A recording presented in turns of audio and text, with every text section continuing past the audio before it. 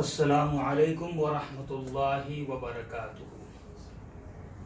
الحمد للہ رب العالمین والصلاة والسلام علی رسولہ الامین وعلی آلہ وصحبہ اجمعین۔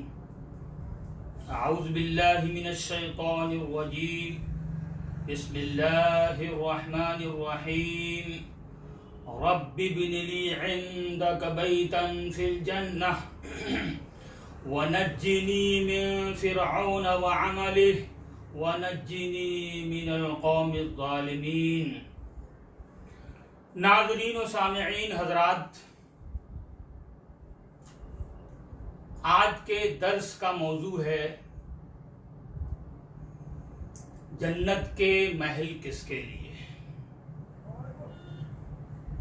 میں قرآن کی آیت کے ذریعے اور اللہ کے آخری رسول حضرت احمد مجتبی محمد مصطفیٰ صلی اللہ علیہ وسلم کی چند حدیثوں کے ذریعے آج کے درس میں یہ بات ثابت کروں گا کہ اللہ تعالی نے اپنی جنتیں اور جنت کے محلات کس کے لیے تیار کیے ہیں۔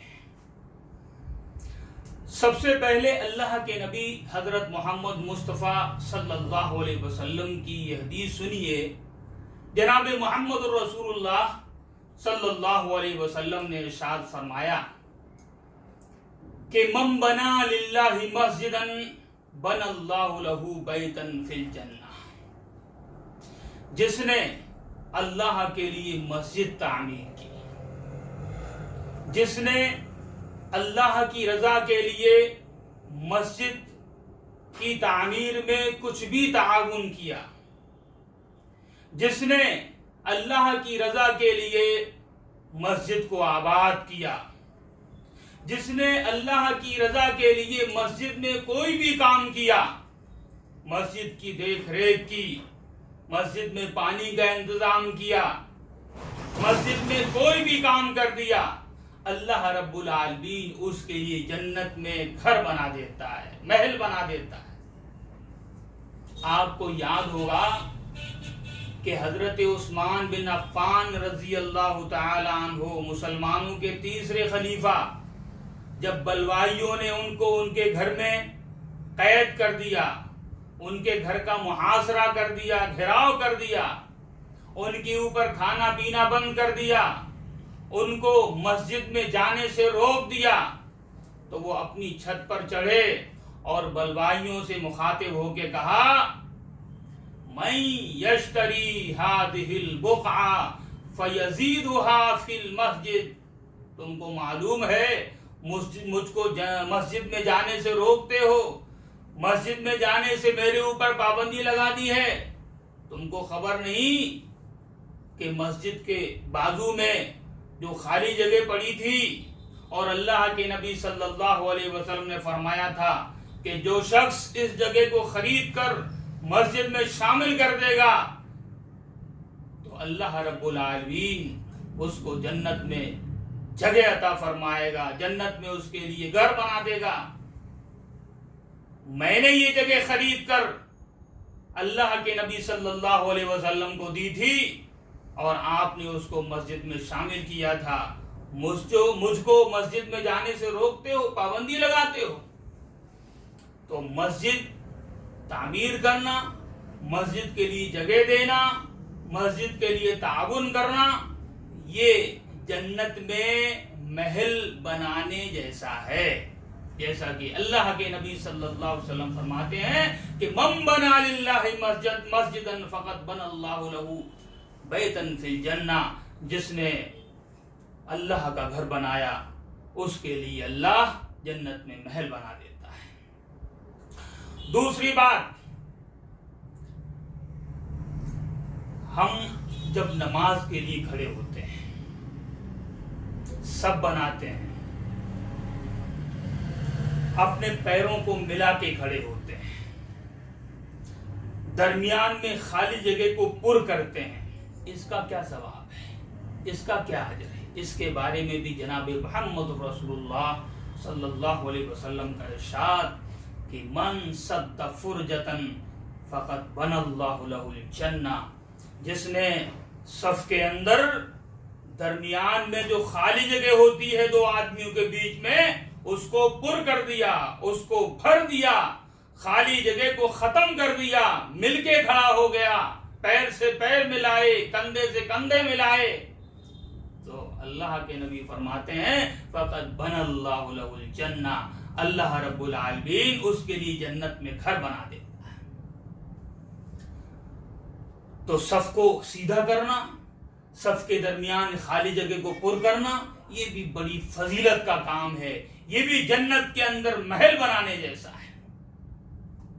تیسری چیز، اللہ کے نبی صلی اللہ علیہ وسلم نے بڑی پیاری بات بتائی، اس پہ عمل کر کے دیکھیے۔ آپ نے فرمایا کہ من قرأ قل هو اللہ احد حتی یختمها 10 مرات فقد بن اللہ له قصرا فی الجنہ، جس نے 10 مرتبہ پوری سورہ قل هو اللہ احد پڑھی، قل هو اللہ احد والی یعنی سورہ اخلاص پوری سورت پڑھی 10 مرتبہ، اللہ رب العالمین جنت میں اس کے لیے محل بنا دیتا ہے، قصرن، محل بنا دیتا ہے۔ حضرت عمر فاروق رضی اللہ تعالی عنہ نے عرض کیا یا رسول اللہ تب تو میں کئی مرتبہ پڑھوں گا، تو اللہ کے نبی صلی اللہ علیہ وسلم نے فرمایا فاللہ اطیب و اکثر، تو اللہ رب العالمین بھی تم کو اور زیادہ بدلہ دے گا، اور زیادہ ثواب دے گا، اور پاکیزہ ثواب عطا فرمائے گا۔ تو قل هو اللہ احد 24 گھنٹے میں 1 مرتبہ 10 مرتبہ پڑھیے۔ ویسے تو قل هو اللہ احد پڑھنے کی بڑی فضیلت ہے۔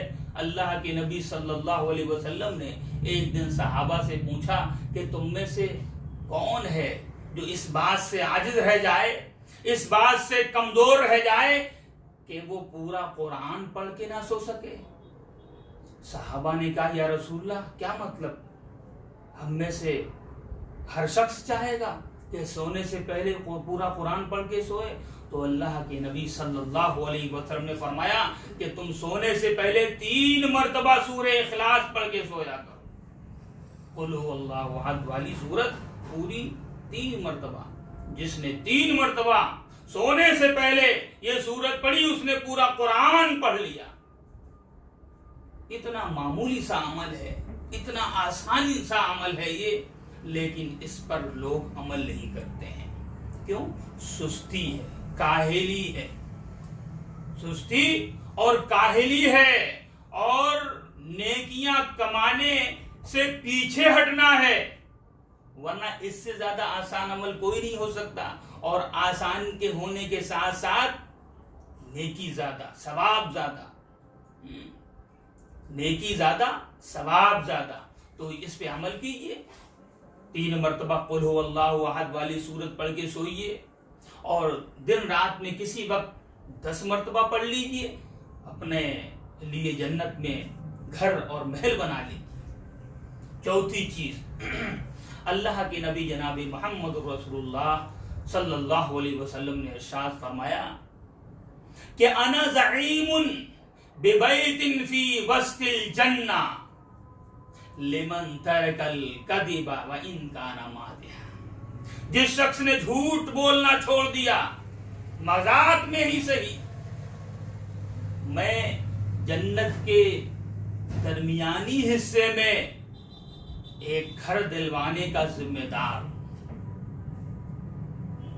جو جنت کا درمیانی بھاگ ہے، درمیانی حصہ ہے، اس میں اس کو ایک محل دلواؤں گا، اس کو ایک گھر دلواؤں گا جس نے جھوٹ بولنا چھوڑ دیا۔ اور اللہ کے نبی نے یہاں پر خاص کر فرمایا اگرچہ مذاق میں، یعنی مذاق میں جھوٹ بولنا بھی بڑا گناہ ہے۔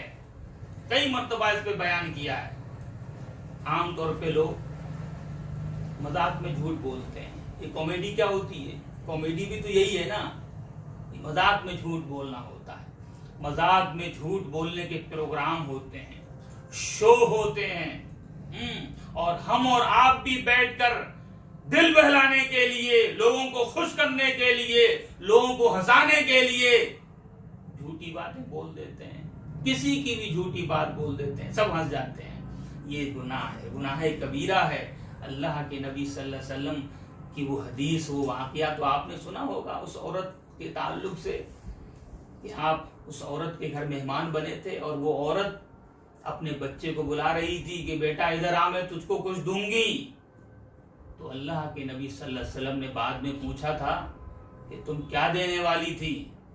تو اس عورت نے کہا کہ میں اپنے بچے کو کھجور دینے والی تھی. آپ نے فرمایا اگر تم اس کو کھجور نہیں دیتی تو یہ جھوٹ ہوتا، یہ گناہ کبیرہ ہوتا. تو مذاق میں بھی جھوٹ مت بولیے.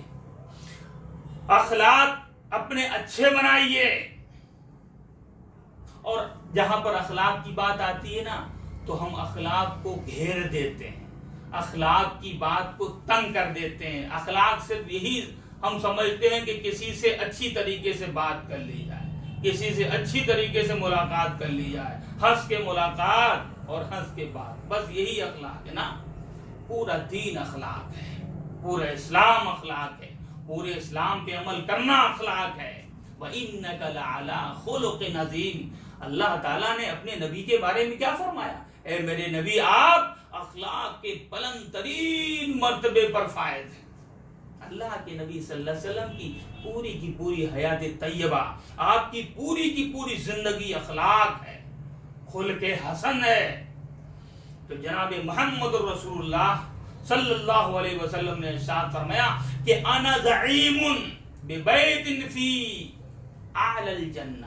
جنت کے اعلی بھاگ میں، جنت کے اونچے سے اونچے حصے میں اس کو گھر دلوانے والا ہوں جو شخص اپنے اخلاق کو سدھار لے، اپنے اخلاق کو اچھا بنا لے. تو جنت کے محلات اس کے لیے ہیں جو اپنے اخلاق کو سدھار لے. اللہ کے نبی جناب محمد رسول اللہ صلی اللہ علیہ وسلم نے جنت کے تعلق سے ہی ارشاد فرمایا. حضرت ام حبیبہ جو آپ کی بیوی ہیں، آپ کی زوجہ ہیں، وہ فرماتی ہیں کہ آپ نے ارشاد فرمایا کہ من صلی 12 رکعتا فی یوم و لیلہ فقد بنى اللہ له الجنہ. جس نے 24 گھنٹے میں 12 رکعت نماز پڑھ لی. سمجھ گئے ہوں گے 12 رکعت سے مراد یہاں پر کیا ہے؟ وہی جو سنت موقدہ کہلاتی ہے نا، ظہر کی، مغرب کی، عشاء کی، فجر کی. عصر میں کوئی سنت موقدہ نہیں ہے، ورنہ چاروں نمازوں میں سنت موقدہ ہے اور ان کی تعداد 12 ہوتی ہے. ام حبیبہ بیان کرتی ہیں کہ نبی پاک صلی اللہ علیہ وسلم نے فرمایا کہ جس نے پورے 24 گھنٹے میں، یعنی چاروں نمازوں کے آگے پیچھے جو 12 رکعت سنت موقدہ ہوتی ہیں، جس نے پابندی کے ساتھ ادا کرنی پڑھنی، اللہ تعالیٰ جنت میں اس کے لیے محل بنا دیتا ہے، جنت میں اس کے لیے گھر تیار کر دیتا ہے. جناب محمد رسول اللہ صلی اللہ علیہ وسلم کی ایک اور پیاری حدیث سنیے جنت کے ہی تعلق سے. یہ جنت کس کے لیے؟ جنت کھیل تماشا نہیں ہے. جنت کا راستہ اتنا آسان بھی نہیں ہے، اتنا مشکل بھی نہیں ہے، لیکن اتنا آسان بھی نہیں ہے. بڑی پیاری حدیث آ رہی ہے، ترمذی کی روایت ہے. آپ نے فرمایا کہ ان فی الجنت غرفا یرا ظاہرها من باطنها وباطنها من ظاہرها اعدها اللہ لمن اطعم الطعام وتابع الصيام وصلى بالليل والناس نيام.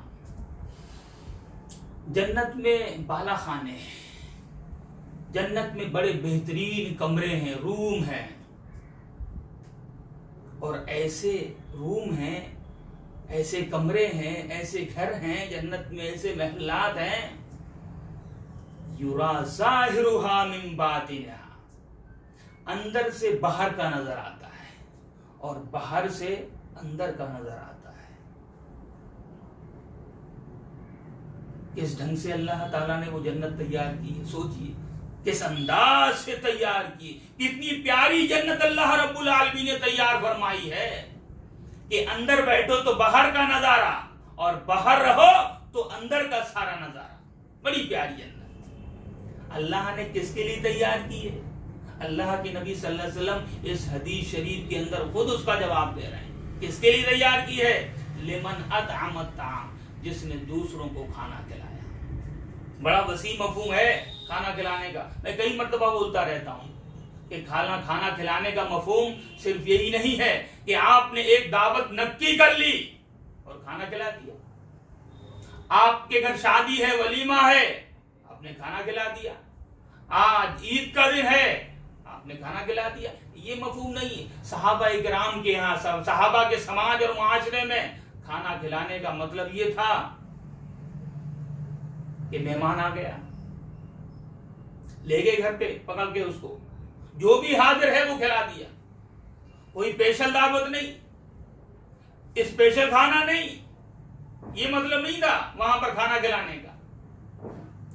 آج گھر پہ کھانا بنا ہے، نماز پڑھنے کے لیے آئے، چند ساتھیوں کو لے گئے، چلو آج کھانا کھائیں گے. یہ ہوتا ہے کھانا. اس سے محبتیں بڑھتی ہیں، اس سے الفتیں بڑھتی ہیں، اس سے دشمنیاں ختم ہوتی ہیں. تو وہ بھی کھانا کھانے کا مطلب ہوتا ہے اور یہ بھی کھانا کھلانے کا مطلب ہوتا ہے. اللہ کے رسول فرما رہے ہیں جنت میں گھر بنانا ہے تو اطعم الطعام، کھانا کھلائیے. جو کھانا کھلائے گا دوسروں کو وہ جنت میں اپنا گھر بنائے گا. وتابع الصیام، اور رمضان کے روزے لگاتار رکھے، چھوڑے نہیں، اس کے لیے بھی جنت میں گھر بن جائے گا. وصلی باللیل والناس نیام، رات کو اٹھ کر نماز پڑھی، تہجد کی، تراویح کی، خاص کر تہجد کی. تراویح تو لوگ پڑھتے ہی، تراویح پڑھنا آسان ہوتی، ماحول ہوتا ہے رمضان میں. مشکل ہوتا ہے تہجد کی نماز.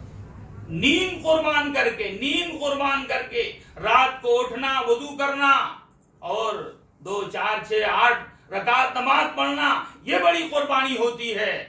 رات کو اٹھ کر جبکہ ساری کائنات سو رہی ہے، اٹھ کر تہجد کی نماز پڑھنے والے کو اللہ رب العالمین جنت میں محل بنا دیتا ہے، جنت میں گھر بنا دیتا ہے. ایک اور حدیث، اللہ کے نبی جناب محمد رسول اللہ صلی اللہ علیہ وسلم نے ارشاد فرمایا کہ انا زعیم، میں ذمہ دار ہوں، میں ضامن ہوں، میں ذمہ دار ہوں، جوابدار ہوں اس بات کا کہ میں اس کو جنت کے تینوں حصوں میں ایک ایک گھر دلواؤں گا. سبحان اللہ. ببیت فی ربض الجنہ، جنت کا جو نچلا حصہ ہے وہاں پر بھی گھر دلواؤں گا. وببیت فی وسط الجنہ، جنت کے میڈیم درجے میں بھی اس کو گھر دلواؤں گا. وببیت فی اعلی الجنہ، اور جنت کے اعلیٰ مقام میں، جنت کے اونچے سے اونچے مقام میں بھی اس کو گھر دلواؤں گا. کس کو یا رسول اللہ؟ کس کو؟ لمن آمن بی واسلم وجاہد فی سبیل اللہ، جو میرے اوپر ایمان لایا، جس نے اسلام قبول کیا، اللہ کے راستے میں محنت کی. جاہد فی سبیل اللہ، گھبرائیے مت. جہاد کا لفظ سن کر، جہاد کا لفظ بڑا بدنام ہو چکا ہے. لوگوں نے جہاد کے لفظ کو بڑا بدنام کر دیا ہے. جہاد کا لفظ سن کر لوگ ڈر جاتے ہیں. ڈرنے کی ضرورت نہیں. جہاد کا معنی ہے دین کے راستے میں محنت، دین کے راستے میں کوشش، لوگوں کو سدھارنا، لوگوں کی اصلاح کرنا، یہ سب جہاد ہے. سرکار کو بتائیے، سرکار بھی ہماری خلاف نہیں ہوگی. یہ مطلب نہیں ہے بالکل جہاد کا کہ بندوق اٹھاؤ، تلوار اٹھاؤ، لوگوں کو مارو. نہ، یہ مطلب نہیں جہاد کا. جہاد کا مطلب لوگوں کو دعوت دو، لوگوں کو دین کی بات سمجھاؤ، لوگوں کی اصلاح کرو، لوگوں کو برائیوں سے بچاؤ، لوگوں کو نیکی کے اور اچھے راستے پہ چلاؤ. اس سے کون خوش نہیں ہوگا؟ کون سی سرکار خوش نہیں ہوگی؟ کون سا سماج خوش نہیں ہوگا؟ کون سے لوگ خوش نہیں ہوں گے؟ مسلم بھی خوش ہوں گے، غیر مسلم بھی خوش ہوں گے. یہ ہے جہاد. تو جس نے یہ سارے کام کیے، میں اس کو جنت کے تینوں حصوں میں گھر دلواؤں گا. اور اللہ کے نبی نے ارشاد فرمایا ایسا آدمی جہاں کہیں بھی اس کو موت آ جائے، وہیں سے بھی وہ جو ہے وہ جنت میں پہنچ جاتا ہے. دیکھا آپ نے؟ تو یہ تمام قسم کے لوگ جو میں نے بیان کیے، یہ جنت کے اندر محل پانے کے حقدار ہوتے ہیں. ایک مثال ہم آپ کو بتا رہے ہیں جو قرآن میں اللہ نے بیان فرمائی ہے. سورہ تحریم کے اندر اللہ فرماتا ہے حضرت آسیہ کے بارے میں، جو فرعون کی بیوی تھیں. فرعون کی بیوی ہونا ہی ایک بہت بڑی بات تھی. فرعون کے گھر میں فرعون کی بیوی بن کر، زوجہ بن کر کوئی عورت مومنہ ہو کر، مسلمہ ہو کر رہے تو اس سے بڑی قربانی آپ اور کس کو سمجھ سکتے ہیں؟ یہ بہت بڑی قربانی تھی. یہ عورت وہ عورت تھی جو فرعون جیسے ظالم و جابر اور ڈکٹیٹر کے گھر میں رہ کے حضرت موسیٰ علیہ السلام کا کلمہ پڑھتی تھی، اللہ رب العالمین کو اپنا رب مانتی تھی، اپنا الہ مانتی تھی. فرعون نے، حدیث میں آتا ہے کہ فرعون نے اپنی بیوی آسیہ کو چت لٹا کر اور چاروں ہاتھ اور پیر کے اندر کیلے ٹھکوائے تھے، کیلے ٹھکوائے تھے لوہے کے. اس وقت حضرت آسیہ آسمان کی طرف نظریں اٹھا کر کہہ رہی تھی، قرآن نے اس کو نوٹ کر دیا ہے، اے میرے رب، رب ابن لی عندک بیتا فی الجنہ، اے میرے رب جنت کے اندر میرے لیے گھر بنا دے، جنت کے اندر ایک محل تعمیر کر دے میرے لیے. وَنَجِّنِي مِن فِرْعَوْنَ، اور فرعون جیسی ظالم طاقت سے مجھ کو نجات عطا فرما، مجھ کو چھٹکارا عطا فرما. وَنَجِّنِي مِنَ الْقَوْمِ الظَّالِمِينَ، اور اس ظالم قوم سے مجھ کو جو ہے چھٹکارا. اللہ کے رسول فرماتے ہیں کہ اللہ رب العالمین نے آسیہ اور جنت کے بیچ کے جتنے پردے تھے سب کو چھاڑ دیا، سب کو اٹھا دیا. آسیہ نے جیتے جی اپنی جنت کو، اپنی جگہ کو دیکھ لیا تھا، نظارہ کر لیا تھا. تو یہ ایک مثال تھی کہ اللہ رب العالمین بہت ساری ہستیوں کو جو اللہ کے لیے قربانی دیتی ہیں ان کو جنت کے اندر ان کی جو جگہ ہے جیتے جی زندگی میں ان کو جنت کا نظارہ کر دیتا ہے. ایسی بہت ساری ہستیاں ہیں. اللہ رب العالمین ہم کو جنت کے راستے پہ چلائے، جنت کے محلات حاصل کرنے کی اللہ تعالی ہم کو توفیق عطا فرمائے، اور حدیثوں کے اندر وہ تمام کام، تمام عمل، تمام نیکیاں جو جنت میں جانے کا سبب ہیں، جنت کے محل حاصل کرنے کے جو کارن ہیں، اللہ تعالیٰ ان تمام اعمال کو کمانے کی ہم کو توفیق عطا فرمائے، تمام ثواب حاصل کرنے کی توفیق عطا فرمائے. اللہ قرآن و سنت کی روشنی میں عمل کرنے کی توفیق عطا فرمائے.